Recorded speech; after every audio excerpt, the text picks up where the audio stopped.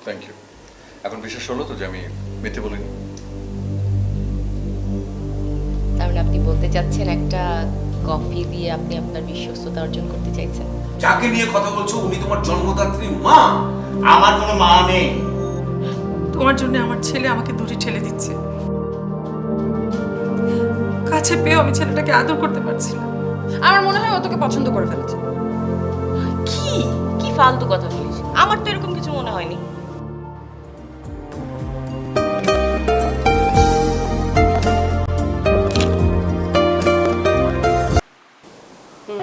মনে আছে সেই অপরাধে টিচারদের কাছে কতবার তোমার নামে কমপ্লেন করতে চেয়েছি।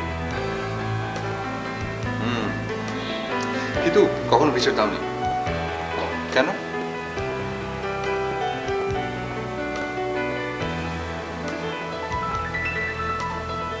জানি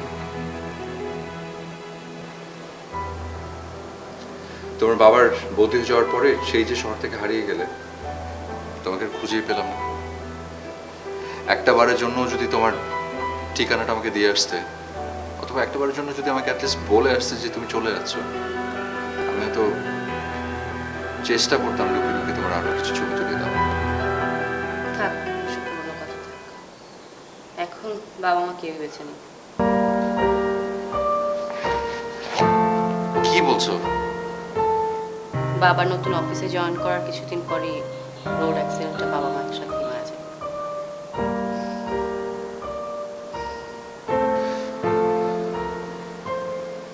I'm so sorry, দীপ্তি।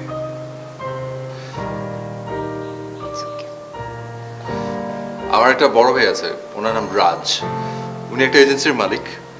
শুধু এতটুকু বলতে পারি যে তোমার জন্যই ভালো হবে। জারিফ, তুমি আমার জন্য এত কিছু করছো। একদম আমাকে লজ্জা দেওয়ার চেষ্টা করবে না। চলো। চল।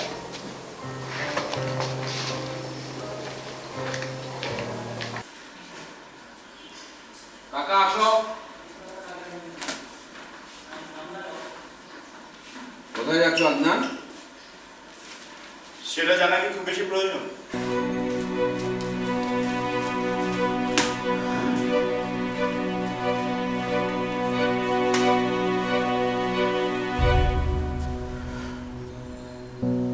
আদনান, তুমি খুব ইমোশনাল হয়ে পড়েছো।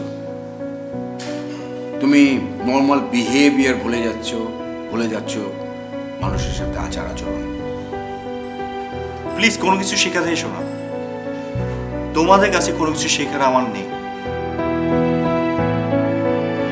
তোমাদের জন্য আমার জীবন থেকে সমস্ত খুশি আনন্দ সব হারিয়ে গিয়েছে। হ্যাঁ, এটা সত্যি যে আমার আর সুলতানার ঝগড়ার কারণে তুমি হয়তো মায়ের আদরটা ঠিক মতো পাওনি, কিন্তু আমি তো আমার যা সাধ্য সব কিছু করেছি তোমার জন্যে। কোনো কিছু করতে তো আমি বাকি রাখিনি। লক্ষ লক্ষ টাকা খরচ করে তোমাকে বিদেশ থেকে উচ্চতর শিক্ষা দিয়ে দেশে ফিরিয়ে এনেছি। আর কি চাও তুমি আমার কাছে? টাকা। এই টাকার পিছনে সারাটা জীবন তুমি ছুটে বেরিয়েছো, আর তার সাথে সাথে আমার জীবনটাকেও নষ্ট করেছো। টাকাই সব কিছু না বাবা, টাকায় কখনো সুখ পাওয়া যায় না। আমি সেই ছোটবেলার থেকে ঘরে কাজের লোক, ড্রাইভার, দারোয়ান এদের কাছে বড় হয়েছি।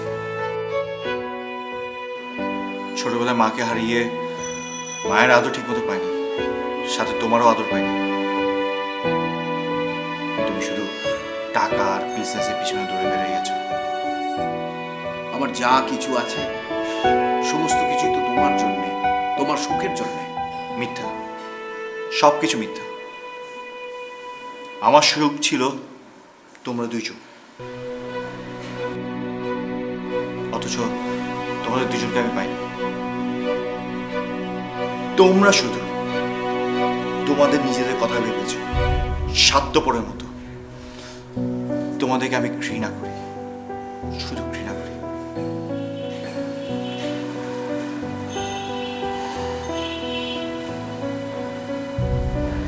আমরা ব্যর্থ হয়ে গেছি সুলতানা। আমাদের ভালোবাসা নিয়ে সন্তান এখন প্রশ্ন করছে। তোমার কোনো দোষ নেই, সব দোষ আমার। আদনানের পাশে তো আমারই সবসময় থাকা উচিত ছিল। মিথ্যে ক্যারিয়ারের পিছনে ছুটে তোমার উপরে রাগ করে আমি আদনানকে আমি কষ্ট দিয়েছি।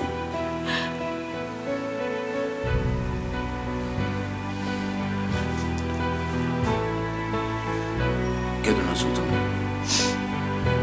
সবকিছু ঠিক হয়ে যাবে।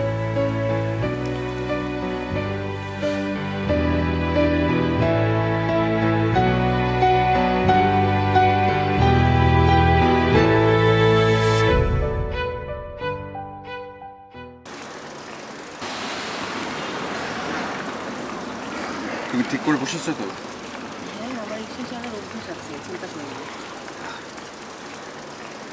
না মানে হয়তো এটা আমার জন্য একটা সান্ত্বনা যে আমি তোমাকে আগলে রাখার চেষ্টাটা করতে জানি।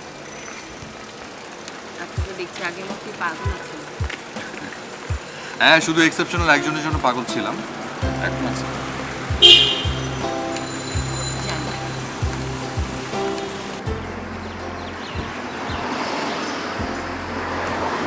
যেটা জানো সেটা মেনে নিতে কি খুব কষ্ট হবে তোমার? না মানে এখন টেনশন নেওয়ার দরকার নেই, হাতে এখনো অনেক সময় আছে।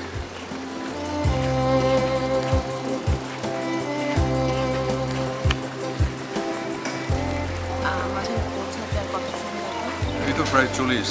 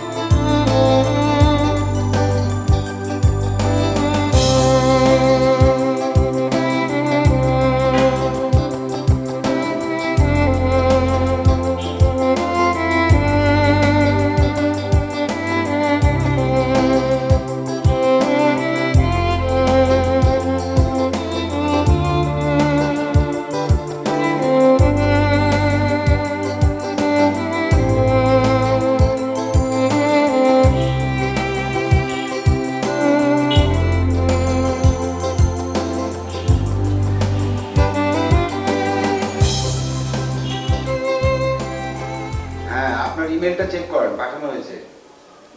জি জি, ওকে। আরে জারিফ, অনেকদিন পর তোমাকে দেখলাম। বসো বসো বসো প্লিজ। কেমন আছো? আমি তো ভালো, আসলে ব্যস্ত থাকি তো সময় পাই না যে আসবো, অনেকদিন পরে। আরে ব্যস্ততা তো থাকবেই, ব্যস্ততা কি কখনো পিছু ছাড়বে? আর তাছাড়া তোমার মতো টপ ফটোগ্রাফার কথাই নেই। আচ্ছা রাজ ভাই পরিচয় করে দিই, ও হচ্ছে দীপ্তি। দীপ্তি উনি হচ্ছেন রাজ ভাই, যার কথা তোমাকে বলেছিলাম। সালামালাইকুম। ওয়ালাইকুম ইসলাম। আসলে রাজ ভাই ওর আসলে একটু মডেলিংয়ের উপর ইন্টারেস্ট, তো ওকে একটা ব্রেক দিতে চাই আর কি। আমি একটা ব্র্যান্ডের জন্য মডেল খুঁজছি। চেয়েছিলাম অনেকগুলো প্রতিযোগী থেকে একজনকে বেছে নেব, কিন্তু তার আর প্রয়োজন হবে না মনে হচ্ছে। আমার কাছে ওকে পারফেক্ট মনে হচ্ছে। That's great. Thank you so much Raj ভাই, থ্যাংক ইউ। আচ্ছা, তোমার ফেসবুকে ফ্যান ফলোয়ার কত? জি আমার আমার কোনো ফেসবুকে অ্যাকাউন্ট নেই। বলো কি? শোনো, তোমার ভালোর জন্য একটা কথা বলে রাখি। এখন শুধু সুন্দর হলেই কিন্তু মডেল হওয়া যায় না।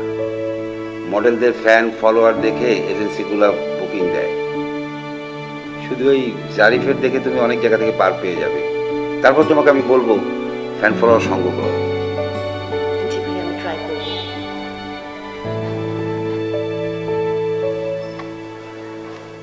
ঠিক আছে রাজ ভাই, আমি সময় নষ্ট না করে আমার একটু কাজ আছে, কাজ করো।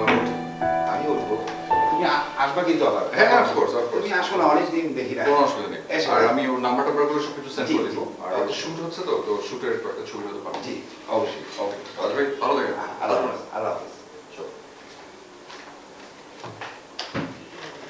আর সবুজ, আমি বেরোবো, অফিসে আসো।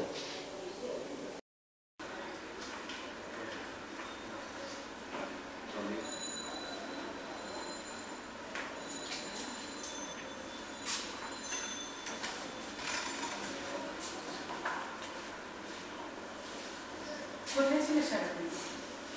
সেটা কফিয়ত আপনাকে দেওয়া প্রয়োজন মনে করি না। কৈফিয়ত হিসেবে তো না, জানার ইচ্ছে থেকেই বলছি। আমার কোনো কিছু জানতে হবে না আপনার। একটা জিনিস মনে রাখবেন, আমি যেমন আছি ভালো আছি। আর যদি আমার কোনো বিপদ হয় তাতে আপনাদের কখনো আমি বিরক্ত করবো না। আদান, আসলে তুমি ধরে নাও এটা একটা দুর্ঘটনা ছিল। অনেক সহজে বলে দিলেন এটা একটা দুর্ঘটনা ছিল,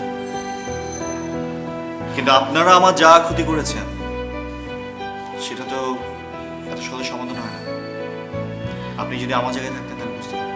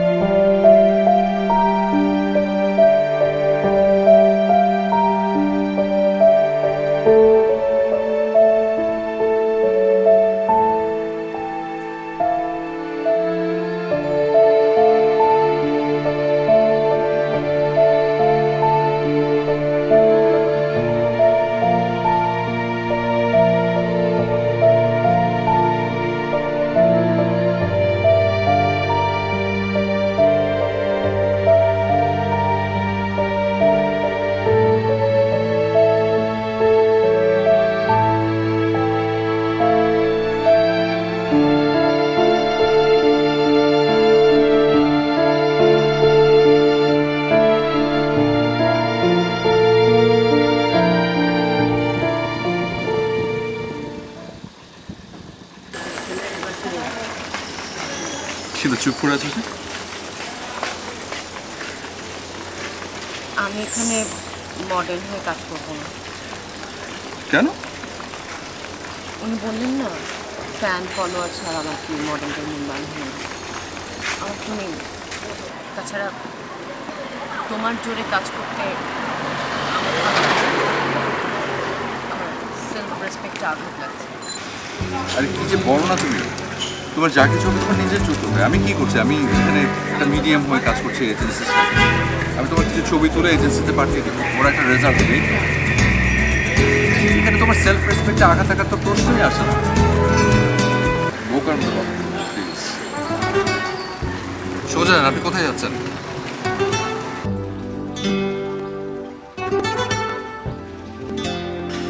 সুলতানা, আমার মাথায় একটা আইডিয়া এসছে, তুমি যদি শুনতে চাও তাহলে বলতে পারি। বলো না, শুনি। বলছিলাম যে আদনান তো এখন বড় হয়েছে, আর ছোটটা নেই। ওকে যদি বুঝিয়ে শুনিয়ে একটা বিয়ে দিয়ে দেওয়া যায় তাহলে একটু সমাধান হতে পারে।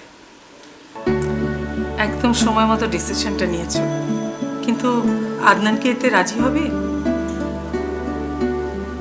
রাজি করানো খুবই মুশকিল হবে বলে আমার ধারণা, তবে ওকে ইমোশনালি অ্যাটাক করতে হবে।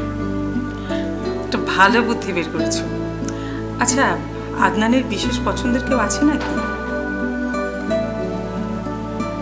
আমি ঠিক জানি না, তবে ও কয়েকদিন আগে ওর এক বান্ধবীর কথা বলছিল আমাকে, খুবই ভালো বান্ধবী। ওকে আমাদের কোম্পানির ব্র্যান্ড অ্যাম্বাসেডর বানাতে চায় ও। এই তো রাস্তা তো পেয়ে গেছি। ওই মডেল মেয়ের খোঁজ খবর ভালো করে নিয়ে দেখতে পারো। যেটাই করো না কেন খুব সাবধানে করতে হবে, তা না হলে পাগল খেপে যাবে, হিতে বিপরীত হতে পারে। ঠিক আছে।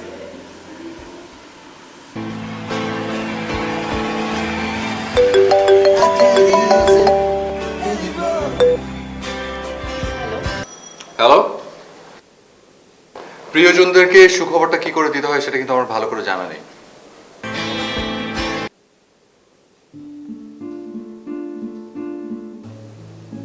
মানে ওরা আমার ছবি অ্যাকসেপ্ট করেছে। Right. Oh my god, oh my god, all credit goes to you. আমি কিভাবে যে থ্যাঙ্কস দেবো বুঝে উঠতে পারছি না। Thank you, thank you, thank you so much. আবারও ভুল কথা বলে, যে যোগ্য তার পেছনে একটুখানি চেষ্টা করে অনেক উপরে উঠানো যায়, কিন্তু যে অযোগ্য তাকে চেষ্টা করেও কিচ্ছু বানানো যায় না।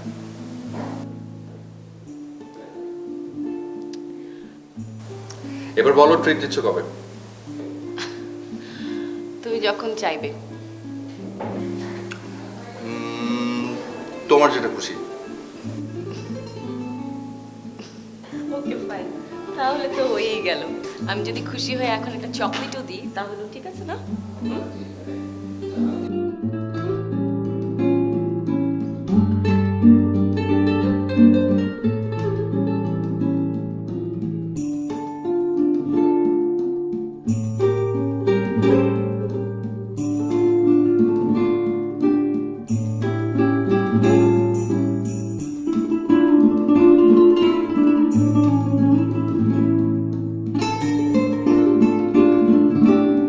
আপনি তো একদম ধরাছোড়া বাইরে চলে যাচ্ছেন।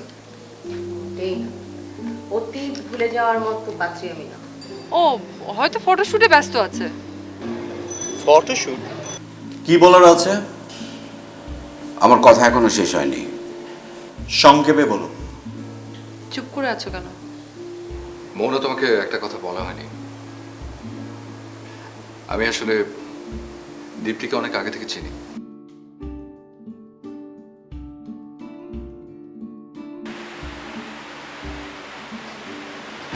তুমি ছাড়া এই পৃথিবীর আর কেউ নেই যে এই কথাটা জানে। সত্যি বলছি জারিফ, আমি তোমার ব্যাপারে কিছু জানি না।